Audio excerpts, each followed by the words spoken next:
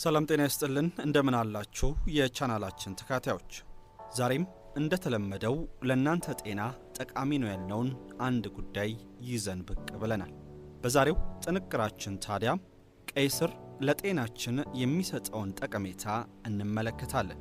ቀይ ስርን ስንመገብ ምን አይነት የጤና ጥቅሞችን እናገኛለን የሚለውን በስፋት የምንዳስስ ሲሆን ከዛ ጎን ለጎን ግን የትኞቹ ሰዎች ቀይ ስርን ፈጽሞ መመገብ የለባቸውም የሚለውንም እንዲሁ የምንመለከት ይሆናል። ለቻናላችን አዲስ ከሆናችሁ ሰብስክራይብ ማድረግ እንዳትረሱ። ይህ ለእናንተ የደረሰው ጤና ነክ ጉዳይ ለሌሎች ሰዎችም መድረስ አለበት ብላችሁ የምታስቡ ከሆነ ደግሞ ላይክና ሼር ማድረጋችሁን ፈጽሞ እንዳትረሱ። ከጤና ጋር ተያይዞ ጥያቄ፣ ሐሳብ፣ አስተያየት ካላችሁ ደግሞ ኮሜንት መስጫ ሳጥናችን ላይ ሐሳብ አስተያየታችሁን አድርሱን እያለን አሁን በቀጥታ ወደ ዛሬው ቪዲዮአችን አለፍን። መጀመሪያው የቀይ ስር ጠቀሜታ የልባችንን ጤንነትና ስራ ማሻሻል መቻሉ ነው። ቀይ ስርን ስንመገብ በሰውነታችን ውስጥ ያለው የናይትሪክ ኦክሳይድ መጠን ይበልጥ እየጨመረ ይመጣል። ናይትሪክ ኦክሳይድ ደግሞ እንደሚታወቀው የደም ዝውውርን በማሻሻሉ ረገድ ትልቅ ጠቀሜታ አለው። ከዛ ጎን ለጎን ግን የደም ግፊትንም መቆጣጠር ይችላል። ይህም ደግሞ ታዲያ በተዘዋዋሪ የልባችን ጤንነት የተጠበቀና ሁሌም ልባችን ጤናማ ሆኖ እንዲቆይ የማድረግ አቅምን አላብሶታል። ሁለተኛው የቀይ ስር ጠቀሜታ የጡንቻ የመገጣጠሚያ የአጥንት ብግነትን ይከላከላል። ከዛ ጎን ለጎንም በአጥንታችንና በጡንቻችን አካባቢ የሚከሰት ህመምንም የመቀነስ አቅም አለው። በቀይ ስር ውስጥ ቤታሊን የተባለ የአቅላሚ አይነት ይገኛል። ይህ የአቅላሚ አይነት ታዲያ በተለያዩ ጥናቶች እንደተረጋገጠው የጸረ ብግነት ህመምን የማስታገስና የጸረ ህመም ባህሪን ለሰውነታችን ያላብሳል። ሶስተኛው የቀይ ስር ጥቅም የአካል ብቃት እንቅስቃሴ ውጤቶችን አመርቂ ማድረግ ነው። ቀይ ስርን ስንመገብ በውስጡ ያሉት የተለያዩ ንጥረ ነገሮች ወደ ሰውነታችን ከገቡ በኋላ ወደ ናይትሪክ ኦክሳይድ ይቀየሩና ተከታዮቹን ዋና ዋና ጠቀሜታዎች ለሰውነታችን ይሰጣሉ። የመጀመሪያው ከአካል ብቃት እንቅስቃሴ በኋላ ጡንቻዎች እንዲታደሱ በደም ቧንቧ አማካኝነት በቂ ሆነ የደም ዝውውር በሰውነታችን ውስጥ እንዲኖርና ንጥረ ነገሮችም ከአንደኛው የሰውነታችን ክፍል ወደ ሌላኛው የሰውነት ክፍል በቀላሉ እንዲንቀሳቀሱ ያደርጋል።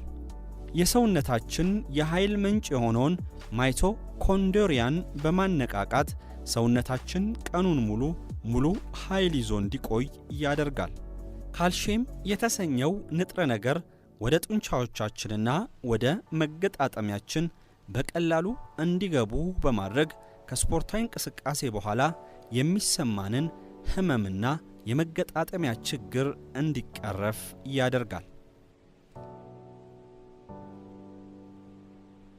ሌላኛው የቀይ ስር ጥቅም አእምሯችንን ማበልጸግ መቻሉ ነው።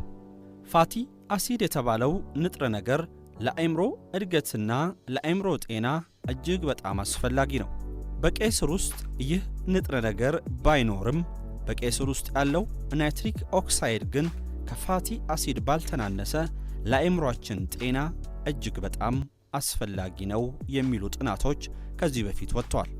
ጉበታችንን ለማጽዳትም ቀይ ስር እጅግ በጣም አስፈላጊ ከሚባሉ የእጽዋት አይነቶች ውስጥ አንዱ ነው።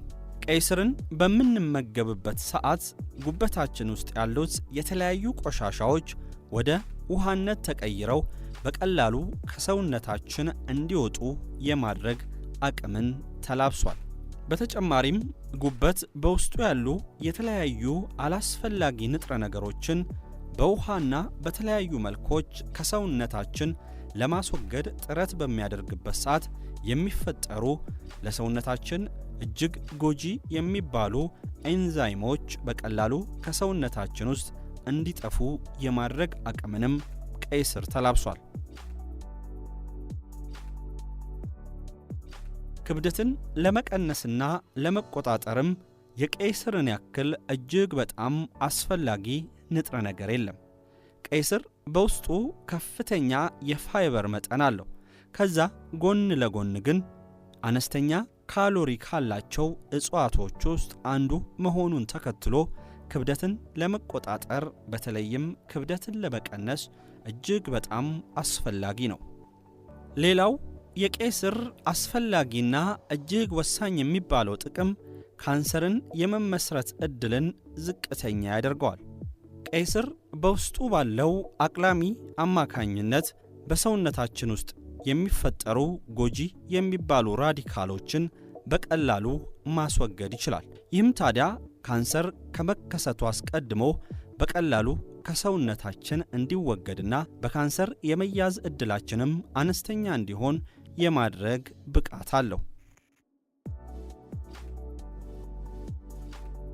የቆዳ ውበትን ለማሻሻል እጅግ በጣም አስፈላጊ ከሚባሉ እጽዋቶች ውስጥ አንዱ ቀይ ስር ነው። ቀይ ስር ለቆዳችን ከሚሰጣቸው ጥቅሞች ውስጥ የመጀመሪያው ፍሪ ራዲካልስ የሚባሉትን በቆዳችን ውስጥ ያሉት ሴሎች እንዲሞቱና እንዲበላሹ የሚያደርጉ የተለያዩ ህዋሳትን በቀላሉ እንዲወገዱ ያደርጋል። ከዛ ባለፈ ግን ቀይ ስር በራሱ በውስጡ ከፍተኛ የውሃ ክምችት ስላለው የቀይ ስር ውስጥ ያለው የውሃ ክምችት ቆዳችን ለስላሳና ያማረ እንዲሆን ያደርጋል። ቀይ ስር የቀይ ደም ሴል በብዛት እንዲመረትም የማድረግ አቅም አለው።